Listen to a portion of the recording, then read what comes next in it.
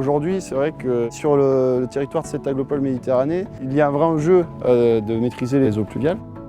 Ce bassin de dépollution et non-rétention a été mis en place pour essayer de casser la vitesse et de maîtriser le ruissellement des eaux qui arrivent par le réseau en amont. Avec les forts débits qu'il y a, le rejeter directement sans tamponner et sans permettre la décantation de ces fameuses matières en suspension qui contiennent aujourd'hui la majorité des polluants, viendrait à polluer finalement le milieu naturel.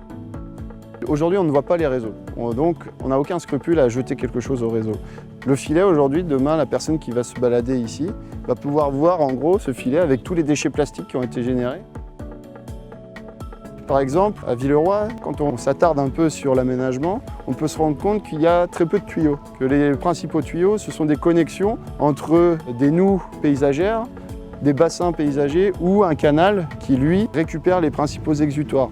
Aujourd'hui, il faut ce qu'on appelle la gestion intégrée des eaux pluviales, c'est-à-dire des surfaces qui, lorsqu'il ne pleut pas, soient un espace utilisé pour d'autres fonctions. Un terrain de volley, un terrain de foot, un espace de promenade ou pour les joggeurs. Avoir cette démarche-là, déjà les gens prennent conscience du milieu dans lequel ils vivent. C'est un aménagement paysager où on n'a pas l'envie de venir dégrader cet aménagement qui a été fait, qui est agréable et dans lequel on a plaisir à se promener.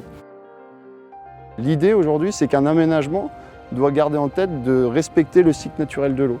Plus on réfléchit à des projets qui maîtrisent la vitesse du ruissellement et qui favorisent l'infiltration de l'eau, et plus on va tendre vers des pollutions naturelles des eaux pluviales. Et c'est la philosophie même du quartier de Villeroy.